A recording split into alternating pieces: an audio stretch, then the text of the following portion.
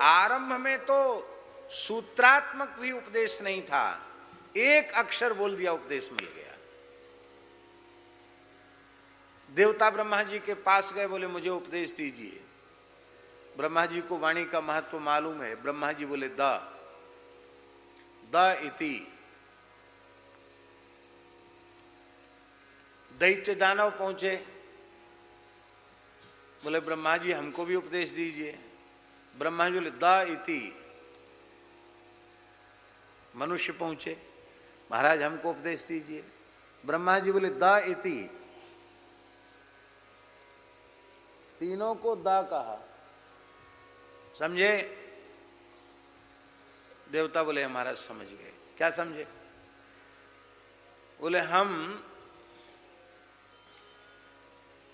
भोगी प्रकृति के हैं, पुण्य का भोग स्वर्ग में करते हैं, ज्यादा भोग करते हैं, पुण्य क्षीण हो जाते हैं, फिर हमको नीचे गिरना पड़ता है और दैत्यों से पराजित होना पड़ता भोग के कारण।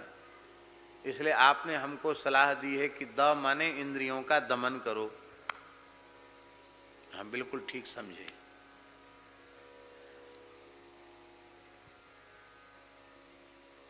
दैत्यों से पूछा तुमने क्या समझा? दैत्य बोले महाराज हमारे कोई अलग से सिंह पूंछ थोड़े ही आपने बना दिए हैं, हम लोगों में निर्दयता है, किसी प्राणी पर हम दया नहीं करते हैं, इसलिए हमको दानव कहते हैं, दैत्य कहते हैं, राक्षस कहते हैं। यदि हम दया भाव धारण कर लें तो हम भी पूज्य हो जाएंगे। अब बिल्कुल ठीक समझा, तुम्हारा कल्याण सब प्राणियों पर दया करने में है, फिर तुम असुर नहीं रह जाओगे, फिर तुम दैत्य नहीं रह जाओगे। मनुष्यों से पूछा तुमने क्या समझा? मनुष्यों ने कहा महाराज हमने यही समझा कि मनुष्य यह जानता है कि सब कुछ नष्ट हो जाने वाला है, फूड़ी कौड़ी भी साथ जाने वाली नहीं है, लंगोटी भी तो साथ लेके नहीं जा सकते।